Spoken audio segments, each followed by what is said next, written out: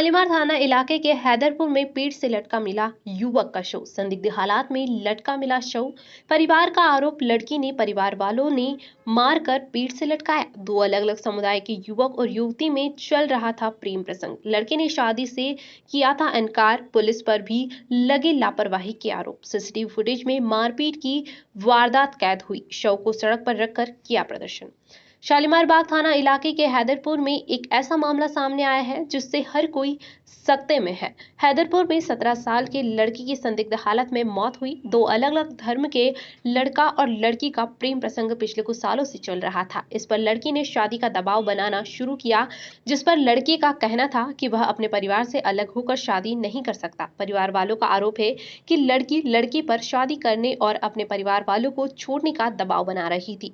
तब लड़के ने अपने परिवार वालों को छोड़ने से मना किया तो उसके साथ जमकर मारपीट की गई। मारपीट का सीसीटीवी फुटेज भी सामने आया है। परिजनों का आरोप है कि लड़के को मारकर पेड़ पर लटका दिया गया। परिवार वालों का रो रो कर बुरा हाल है।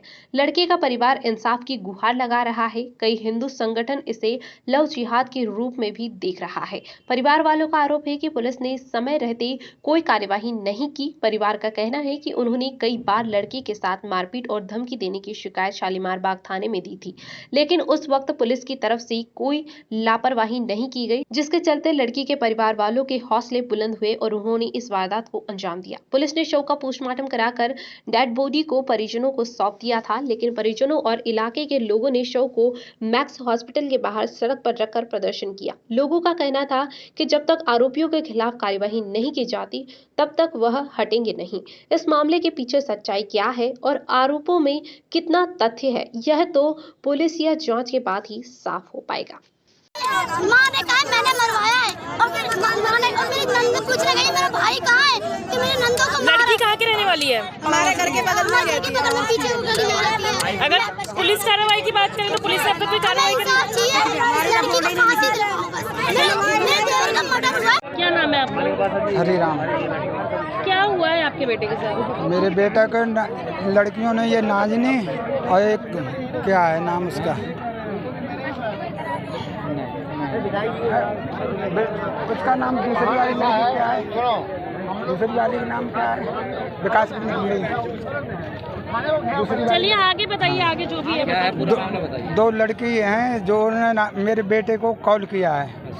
जो ये 27 बस नंबर बस स्टैंड है, वहाँ पर वो कॉल करके बुलाया है। हाँ कि अपनी मोबाइल से कॉल किया है। एक बार नहीं, सुबह 7 बजे की है, 4-5 बार कॉल किया है। वो फोटो भेजे हैं और बाबू बोला है उसमें चीटिंग वीटिंग सब है। तो उसने बुला के और लड़कियां ये गई है, मेरा बेटा वहाँ बुलाया, बेटा भी गया है वहाँ पर। ये क्या बात हुई, इसने लड़की ने कही भी कि अपने बाप मातारी को, लड़के से मेरे बोला कि बाप मातारी को छोड़ दो।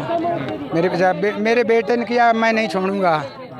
तो ये पता नहीं इन्होंने क्या किया, ये लड़की ये वापसी हो आई, घर पे आ गया, मेरा वहाँ से बेटा गायब है। आपको कैसे सूचना मिली थी आपके बेटे? फोन से बात जो हुई है, फोन से रिकॉर्ड रहती, उसमें चीटिंग थी और एक लड़का और दोस्त था। आपको अपने बेटे की मौत की सूचना कैसे मिली? किसके बेटे? हम आलोक के हम ढूंढते फिरते, उसके पिता आए। हमने जब उसके लड़की की जैसे चीटिंग नंबर पता लगा है तो लड़की को बुलाए, उससे पूछा, बताया, वो नहीं बक रही है। फिर लड़की ये बुलाई है, उसके माँ पिता आए हैं, परिवार आए हैं, सब हमें मारपीट की है। ये देखो कपड़े वपड़े सब पारे हैं। हमारी लड़की ने कही कुछ बता, मेरा भाई कैसे मारा है, कैसे कहाँ है क्या नहीं। जिन रात में ये पता नहीं कहाँ कर दिया गया जनाब। हम ढूंढते पूरा रात हमने ढूंढा, कहीं नहीं मिला। जब सुबह 8 बजे हम ऐसे ढूंढ रहे थे, वहाँ पुलिस वाले पहुँच चुके थे। ये जो उसका प्रेमिया जैसे होटल है, प्रेमिया वहाँ पार्क है, वहाँ हम जैसे जा रहे थे, वहाँ पुलिस वाले थे। वहाँ ये पता लगा कि एक लड़का है जो उस पे पेड़ पे टंगा हुआ है। मैं वहाँ भागे, हमने कि कौन है, मैं तो मेरा बेटा टंगा वहाँ मिला। पुलिस मैडम क्या है पूरा मामला? देखिए अभी तो मेरे पास जब यहाँ पे आए ना तो हमारे का पास सुबह में भी फ़ोन आई थी, तो पोस्टमार्टम जब जा रहे थे तब पोस्टमार्टम की बात आई थी, जो पोस्टमार्टम के लिए ले जा रहे हैं। तो फिर उस समय बात ख़त्म, जब पोस्टमार्टम में ही चला गया, पुलिस के हाथ में कंट्रोल में आ गई सारी चीज़ें, तो हमारे पास नहीं, इसके बाद किसी ने नहीं बताया था। हमने कहा ठीक है पोस्टमार्टम हो रही, पुलिस से बात हो गई थी। उसके बाद अब यहाँ पे जाम की बात आई तो हम ऑफिस में अभी फ्री हुए थे, तो जैसे ऑफिस आए तो पता चला इधर जाम है, लोगों ने जाम किया। तब आके मुझे पता चल रहा है जो इस तरह की बातें हुई हैं और इस तरह। लेकिन पुलिस से भी मैंने बात की, पुलिस कह रहे हैं जो कि हम तो थाने में ही रखे हैं उसको, जो लड़की पे शक है। अब अभी तो कानून तो हमारा शक के गुनाह पे काम कर रहा है, लेकिन अभी एविडेंस कुछ मिला नहीं है। पोस्टमार्टम बॉडी आ चुकी है, अब इसका अंतिम संस्कार होना है। अब ये बात है, इन लोगों का गुस्सा जायज़ है जो कि कल शायद थाने में वो लेके आए थे और फिर लड़की छूट गई और इनको उल्टा सीधा बोलना शुरू कर दी, तो उन लोगों का गुस्सा उस पर है जो क्यों छोड़ा। मैम कहीं ना कहीं परिवार का आरोप ये भी है कि लड़की के खिलाफ जो चैट वगैरह फ़ोन में मौजूद है लड़के के और कुछ फोटोज़ वगैरह मौजूद है, उस पर पुलिस क्या कार्रवाई? पुलिस से मेरी बात हुई है, उन्होंने कहा जो हम अपनी कार्रवाई कर रहे हैं पूरी ताकत से और पीएम रिपोर्ट आने तक हम वेट करेंगे।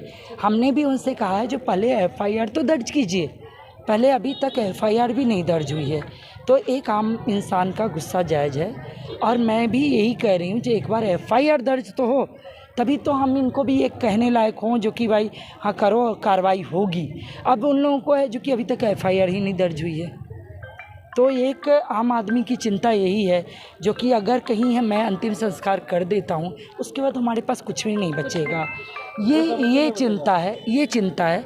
लेकिन मैं भी उनको यही कह रही हूँ जो कि आप अंतिम संस्कार कीजिए। अब जो कानूनी कार्रवाई है हम लोग भी साथ में लगेंगे और सारी सिस्टम होगी। देखिए पुलिस की अपनी चिंता ये है जो अगर लड़की को, ये लोग कह रहे हैं लड़की को यहाँ ले आओ, उसके परिवार को यहाँ ले आओ, तो ये तो लॉ एंड ऑर्डर को और नुकसान पहुँचेगा इससे। तो पुलिस के साथियों ने जहाँ तक मुझे बताया है जो कि उसको अरेस्ट किया हुआ है, थाने में ही रखा हुआ है, लेकिन पब्लिक के बीच में अभी नहीं लेके आ रहे हैं और वो कानूनी प्रक्रिया है उसमें नहीं ला सकते। ठीक है।